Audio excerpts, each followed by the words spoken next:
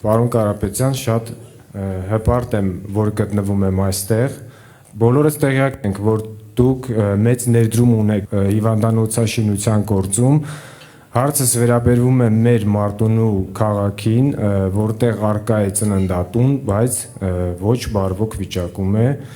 Քանի որ մենք վստահ ենք, որ հունիսի 7-ին ունենալու ենք վարչապետ եւ դա դուք եք լինելու, ուզում եմ առաջարկել ձեզ եւ խնդրել, որպեսզի հիմնանորոգեք Մարտունու քաղաքի ծննդատունը։ Շնորհակալություն։ Շատ կարևոր հարց էր։ Հիմա եթե ես կարող եմ sense խոստում տալ, բայց դա համարվելու է ընտրակաշառք։ Դրա համար դուք վստահ եղեք, ես ասեցի, մենք համակարգային ենք մոտենալու, ոչ միայն ծննդատանը, մենք ամեն ինչ անելու ենք, որ նոր սերունդը բոլոր հնարավորությունները ունենա լավ ապրելու համար իր շրջանում։ Մենք արդեն նախագծեր ենք անում, դա բոլոր շրջաներում է լինելու, սպորտային, կուլտուրայի մի շենքի մեջ մենք տաշիրում արել ենք, եթե դուք կարող եք նայել, ծրի պոլիկլինիկա մեջը, պոլիկլինիկա չի, ժամանակակից դիագնոստիկ սենտր, նույնպես տաշիրում արել ենք, մենք այդ ամեն ինչ անելու ենք։ Ու շատ քիչ բյուջետային փողեր ենք օգտագործելու։ Հիմնականում, դուք երևի ոչ մեկը չեք կասկածում, իմ այլ հնարավորությունների, իմ ընկերների հնարավորությունների մասին, ձեր մարտունեցի տղեկի հնարավորությունների մասին, ձեր տղեկն են ամեն ինչ կառուցելու, մի կասկածեք։ Ձեր տղաները եւ հայ բիզնեսմենները։ Շնորհակալություն պարոն Կարապետյան, Գեղարքունիքի մարզ, Մարտունու շրջան, գյուղ Արծվանիստ, Բեկլարյան Արմեն։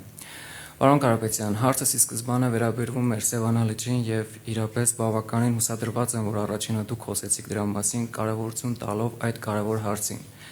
Պետք չէ լինել ոլորտում փորձագետ, որպեսզի հասկանանք, որ հանրապետության կարևորագույն ռեսուրսներից մեկը, Սևանա լիճը, չի օգտագործվում ինչպես հարկն է։ Այն է պահել էկոլոգիապես մաքուր եւ օգտագործել ձկնորսությունը որպես տնտեսության մեջ կարևորագույն գործիք։ Հարցս հետևյալն է, պարոն Կարապետյան, ուժեղ Հայաստանը ձեր գլխավորությամբ արդեն ունեք կոնկրետ ծրագրեր, որոնք հնարավորություն կտան լուծել այդ խնդիրները։ Սևանի մասով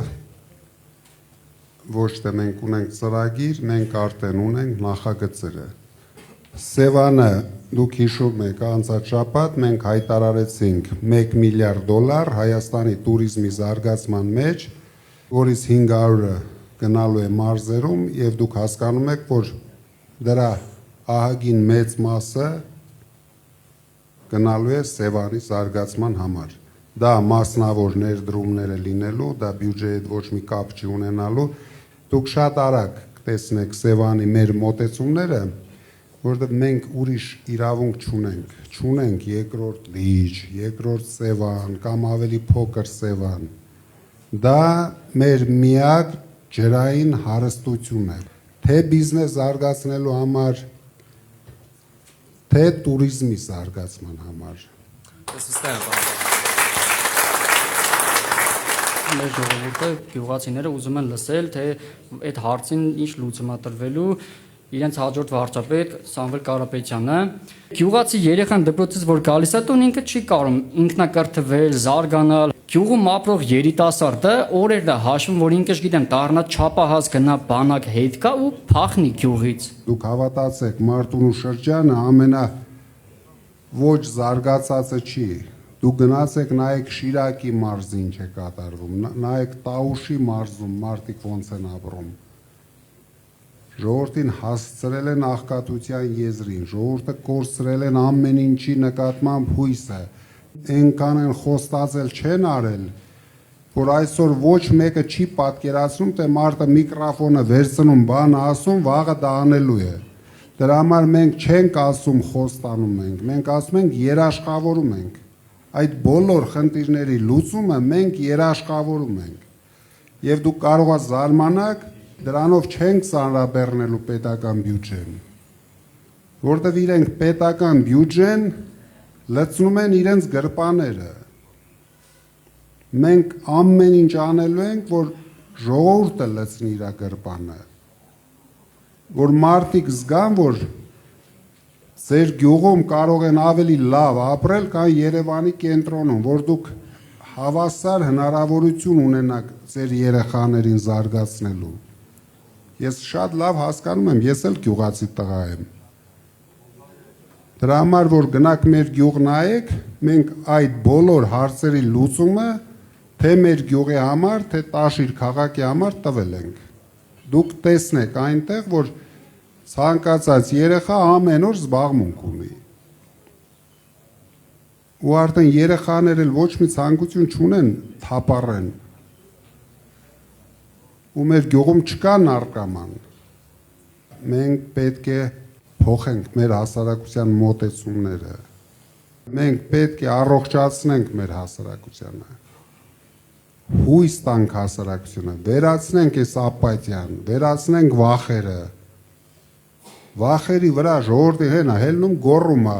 եթե մեզ չընտրեք, սեպտեմբերին պատերազմ կլինի։ Ավելի լավ չի մենք մինչև սեպտեմբեր իրան ռադ անենք, էլ պատերազմ էլ չի լինի, ոչ մի բան էլ չի լինի։ Հանգիստ մեր ժողովուրդը կապրի։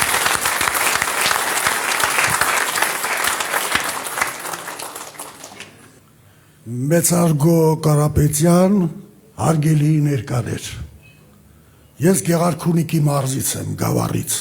Կարևորը հավատի վերականգնումը հայի մեջ իր սեփական ուժերի նկատմամբ։ Մնացած խնդիրները կլուծվեն։ Զորավիք եմ։ Շնորհակալություն Հայրիկ ջան։ Ես շատ ուրախ եմ, որ ձեր նման փորձառու ակտիվ մարդիկ այսօր մեր կողքին են։ Մենք պարտավոր ենք հայրենիքը բերենք մարդկանց սրտերի մեջ, բայց նույնիսկ հիմա լեզվի վրա չկա, դա դարել է արդեն վտանգավոր, եթե մենք մի քիչ մեր կողմնակիցներով շատ խոսանք հայրենիք բառեր արտասանենք, մի հատ էլ կսկսեն կալանավորել հայրենիքի համար։ Հայրենիք բառը, հայկական արժեքներ բառը, դա հիմա ներկայացվում է որպես հանցագործություն։ Ես ընդամենը բոլորդ հիշում եք, ասի մենք մեր ձևով մասնակցենք մեր եկեղեցու պաշտպանությանը։ Դրա համար արդեն 1 տարի է կալանքի տակ եմ, որից 7 ամիսը ամենածանր պայմաններում։ Սրանք իրոք անհայրենիք են։ Պատկերացրեք, մեր երկրի գլխավոր հերոսը Փաշինյանն է։ Դուք պատկերացնում եք մի պետություն, ազգ, ում հերոսը Փաշինյանն է։ Տվեք երկրորդ հերոսի անունը։ Սրբապղծեցին ամեն ինչ, թե հերոսներին, թե մեր սրբավայրերը։ Ոնց կարելի է, դուք բոլորը տեսաք, այդքան ոստիկաներով, այդքան հատուկ ծառայություններով հարձակվեն Էջմիածնի վրա։ Ու դա տեսնում էր ամբողջ աշխարհը։ Ես հիմա շատ հանդիպումներ եմ ունենում, այսօր ժամը 1:30 նորից եկել էին հանդիպելու Շվեյցարիայի գլխավոր կուսակցության ղեկավարը, նրանք ապշած են։